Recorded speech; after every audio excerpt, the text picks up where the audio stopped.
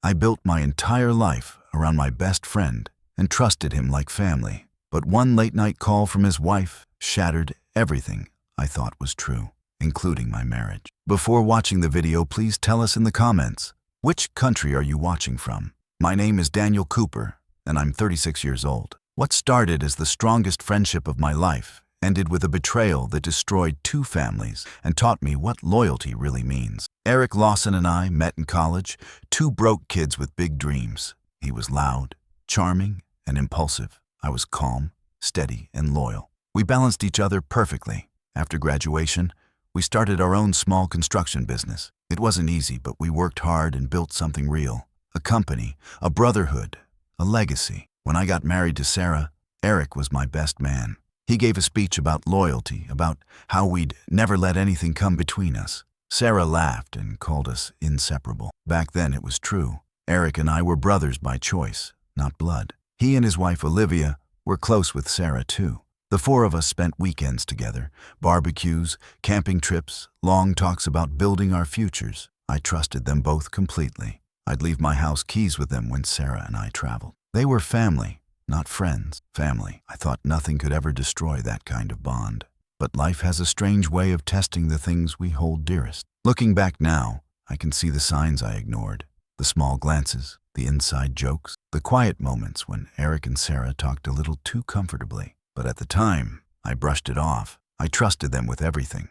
My business, my friendship, my wife. I remember one night after dinner, Eric patted my shoulder and said, "You're the most loyal man I know, Danny." I smiled and said, "That's because I only keep people I trust." I didn't know then how cruelly that trust would be repaid. If I could go back, I'd tell my younger self to pay attention to the way loyalty feels before it breaks, to the silence that hides the truth. But I couldn't see it then. I was too busy believing in the people who would one day destroy me. For years, everything looked perfect from the outside. Successful careers, happy marriages, a tight-knit group of friends. But perfection has cracks, and once a single one forms, it spreads until everything collapses. And for me, that first crack appeared on a quiet Sunday morning, in the form of a missed call from Olivia, Eric's wife. I didn't know it yet, but that single ring would be the sound of my life falling apart. It started with small things, moments I almost ignored because they felt harmless. Sarah used to talk about her day endlessly, but lately her stories became shorter, vaguer. She'd say things like, "Oh, it was just a long day," or "You wouldn't understand.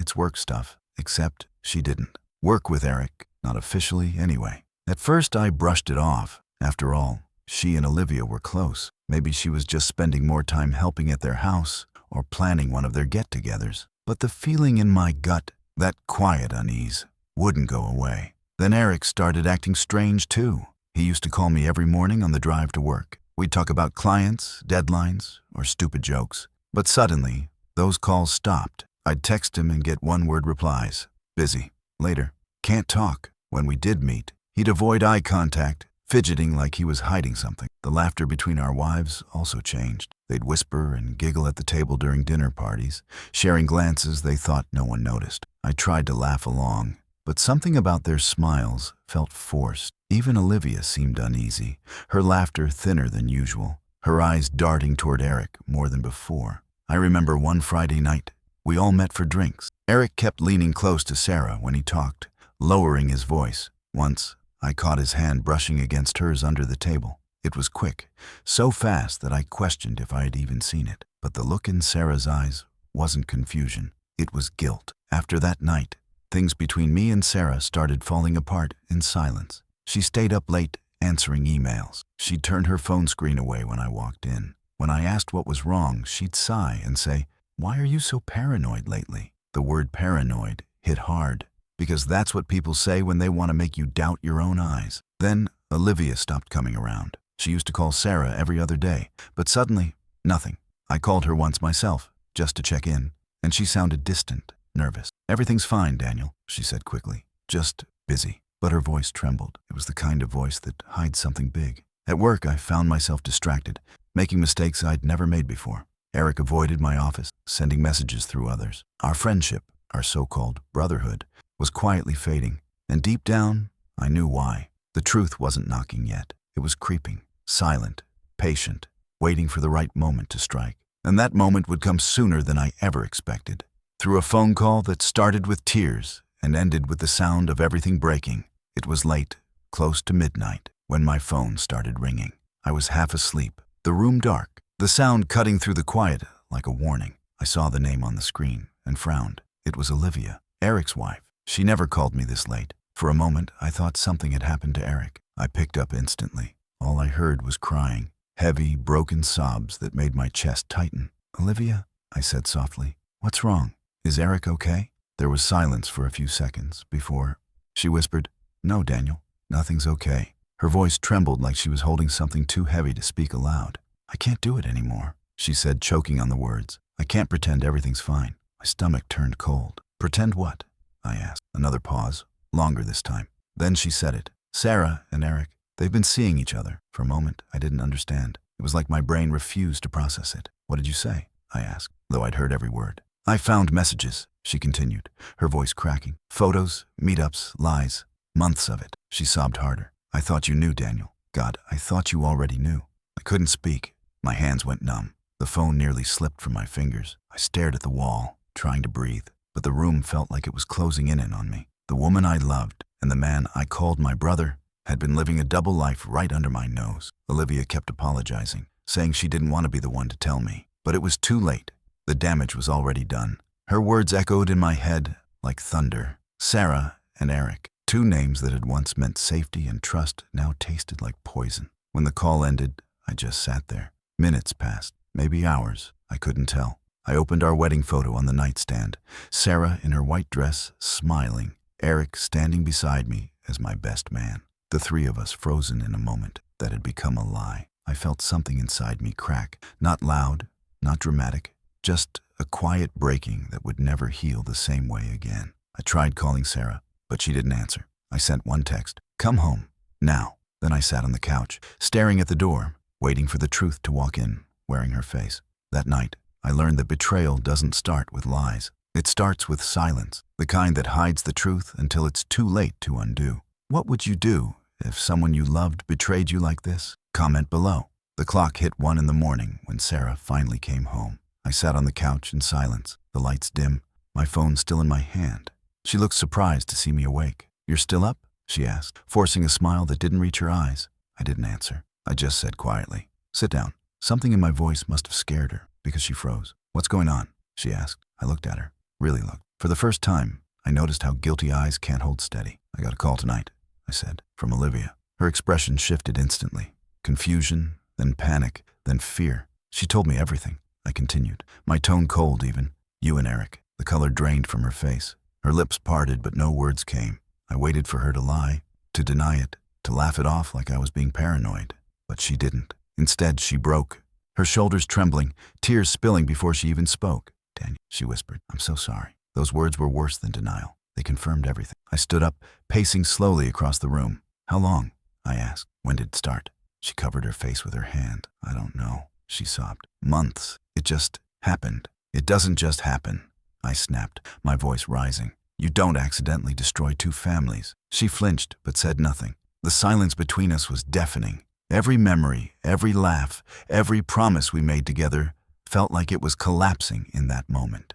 She tried to reach for me, but I stepped back. I didn't want her touch. I didn't want her apology. "Do you love him?" I asked finally. Her silence was the answer I dreaded most. "I thought so," she said quietly, "but now I don't know." I nodded slowly, swallowing the lump in my throat. "Then you've already made your choice." I grabbed my jacket, keys, and wallet. She ran after me, crying, "Please don't go, Daniel. We can fix this." I turned at the door and said, "You can't fix something that's already dead." Then I left. The night air hit me like ice, but it felt cleaner than the air inside that house. I drove with no destination, headlights cutting through tears I didn't remember shedding. The truth burned, but beneath it was something new. Clarity, the kind that only comes after everything you love burns to ash. I ended up at a quiet parking lot overlooking the city lights. I sat there until sunrise, gripping the steering wheel, trying to breathe through the pain. In that stillness, I realized something powerful. Betrayal doesn't just change how you see others, it changes how you see yourself. And from that night on, I swore I'd never let anyone break me again. The days after that night felt like walking through fog. Everything looked the same, but nothing was the same. The house that once felt alive now echoed with emptiness. I packed a small bag, left my wedding ring on the kitchen counter, and moved into a short-term rental on the other side of town. I didn't leave a note.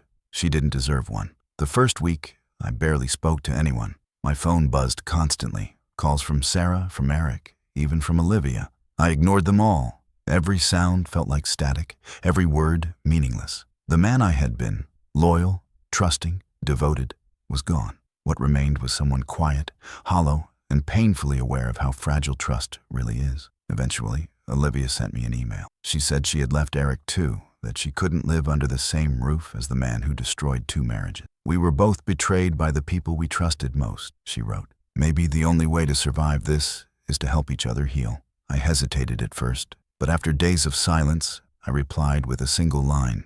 You're right. Let's talk. We met at a small diner late one evening. She looked like a ghost of herself. Tired eyes, shaky hands, a woman holding herself together by threads. We didn't say much at first, just sat there sipping coffee. The silence saying more than words ever could. Finally, she looked up and whispered, "How could they do this to us?" I didn't have an answer. Maybe there wasn't one. Over time, those quiet meetings became routine. We talked about everything, our anger, our pain, our confusion. Somehow, we understood each other in a way no one else could. We didn't try to fix each other. We just listened. And slowly, piece by piece, the weight we carried began to feel lighter. At work, I threw myself into projects, building the company Eric and I once shared from the ground up, but without him this time. I took control, restructured our contracts, and quietly phased him out. He didn't even see it coming. My silence was my weapon, my calm the perfect disguise for what was coming next. Olivia once told me, "Sometimes revenge doesn't need shouting,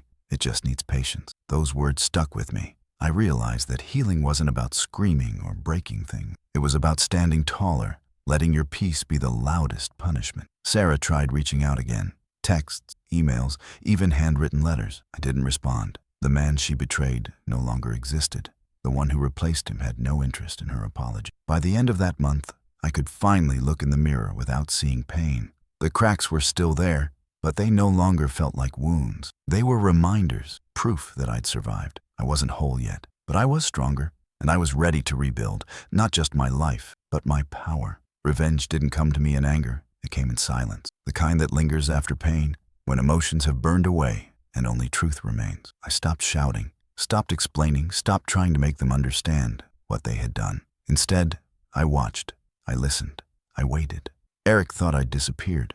He went around telling mutual friends that I was taking time off, as if betrayal could be cured like a cold. He still worked at the company, holding the same smug confidence that once fooled me. But what he didn't know was that I was already 3 steps ahead. While he partied and bragged about his business deals, I was quietly restructuring everything behind the scenes. Our company had been built on my vision, my clients, and my contracts. I had the documents, the contacts, the proof. So I began making calls, one client at a time, one contract at a time, shifting every major account to a new branch under my sole control. It wasn't flashy, it wasn't loud, but it was surgical. Within weeks, the company he thought he controlled started bleeding from the inside. Meanwhile, Sarah was struggling too. She had moved into a small apartment after I froze our joint. Accounts. I didn't do it out of spite.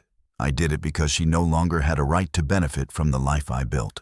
Every luxury she enjoyed had come from the hours I worked, the sleep I lost. Now she had to face the same exhaustion, only this time without anyone to carry her through it. Olivia and I stayed in contact, but not for revenge alone. We were 2 people trying to make sense of our new lives. One evening over coffee, she smiled faintly and said, "Eric's been drinking a lot lately. Word is, clients are walking away." I nodded, keeping my expression neutral. I didn't need to gloat. The results were speaking for me. A few weeks later, Eric called me out of nowhere. "Danny, we need to talk," he said, his voice low, nervous. I almost laughed. The man who once betrayed me with confidence now sounded like a stranger asking for mercy. "We don't have anything to talk about," I replied calmly. "The business is yours. So are the consequences." Then I hung up. That night, I sat on my balcony, watching the city lights flicker below. The wind was cool, the air still. For the first time in months, I felt at peace. My revenge hadn't come from destruction. It had come from discipline, from refusing to let bitterness control me. Sarah and Eric had built their relationship on betrayal, and like every structure built on lies, it eventually collapsed. They had destroyed me together, but I didn't have to lift a single finger to destroy them. All I had to do was move on, silently. If you were in my place, would you forgive or walk away? Tell me in comments. Months passed, and the dust of betrayal finally began to settle. I wasn't angry anymore. I was focused. The man who once lived for loyalty now lived for purpose. My new company was thriving. Clients who once admired Eric's charm now trusted my consistency. Success became my quiet revenge, and it spoke louder than any confrontation ever could. One morning, I received a call from an old mutual friend. "Have you heard about Eric?" he asked. I paused, already guessing the answer. "He's in trouble, Daniel. Big trouble." As it turned out, Eric's recklessness had caught up with him. Without my guidance or discipline, he'd started mishandling contracts and lying to investors. A formal complaint had been filed, and within weeks, the company we once built together began to crumble. I should have felt satisfaction, maybe even joy, but I didn't. Watching him fall didn't bring me peace. What did bring peace was knowing I had risen without stepping on anyone. Life had done the justice for me, in its own perfect timing. Sarah tried reaching out again after hearing about Eric's downfall. She showed up at my office one afternoon, her eyes red and tired. "Daniel," she said softly, "I'm sorry for everything. You didn't deserve any of it." I looked at her for a long time, the woman who once promised forever but delivered betrayal. She looked smaller somehow, not just physically, but in spirit. "You're right," I said simply. "I didn't." She started crying, saying she'd made a mistake, that what she had with Eric wasn't real. I believed her, but that didn't change the truth. "Sarah," I said, "you can't rebuild what you burned, not with words, not with tears." Her lips trembled, but she nodded.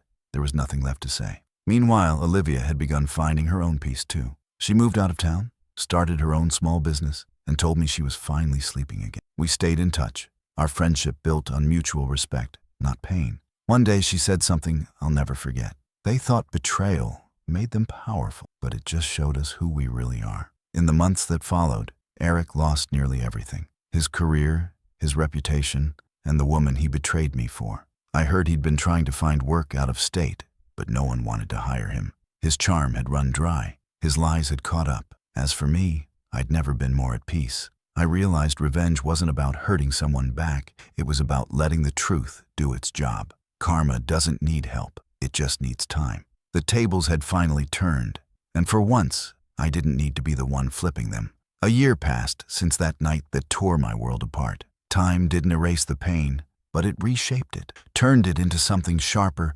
wiser, stronger. I wasn't the same man anymore. The version of me that believed loyalty always guaranteed love was gone. The man that remained had learned that strength comes not from revenge, but from rebuilding quietly. I bought a new house, smaller, simpler, but filled with peace. No memories of betrayal, no ghosts walking down the hallway. Just me, my work, and the life I was learning to enjoy again. Every morning, I brewed my own coffee, opened the blinds, and breathed without the weight of someone else's lies pressing on my chest. That small act felt like victory. One afternoon, while driving home, I passed the old office building, the one Eric and I had once shared. The company sign had been taken down, the windows dark and empty. I parked for a moment and just stared at it. That place had witnessed both our rise and our destruction. I used to think losing it would destroy me, but standing there, I realized it had freed me. Olivia called me a few days later. She sounded happy, truly happy, for the first time since everything happened. "It's strange," she said, "but sometimes the worst pain gives you the clearest vision." She was right. The storm had stripped everything fake out of our lives, leaving only what was real. I'd been offered a chance to expand my business to another city, a fresh start with new faces and opportunities. And for the first time, I didn't hesitate. I accepted it. I wasn't running from my past. I was walking toward my future. A few months later, I got an email from Sarah. No apologies this time. Just a short message saying she hoped I was happy. I didn't reply, not because of anger, but because I finally understood she wasn't part of my story anymore. Some chapters don't deserve to be rewritten. Standing on my balcony that night, watching the sun sink below the skyline, I smiled. The man who once thought betrayal was the end had learned it was just the beginning. You don't recover from something like that overnight. You grow through it. You harden where you once broke. You learn that peace is the best revenge of all. I whispered to myself, "You lost me, and that's your punishment." And in that moment, I finally felt free. This is how my wife betrayed me. Should I forgive or move on? Tell me in comments. If this story reminded you that strength is born from pain, hit like, share this video with someone who needs to hear it. and subscribe for more stories that prove healing is the greatest revenge.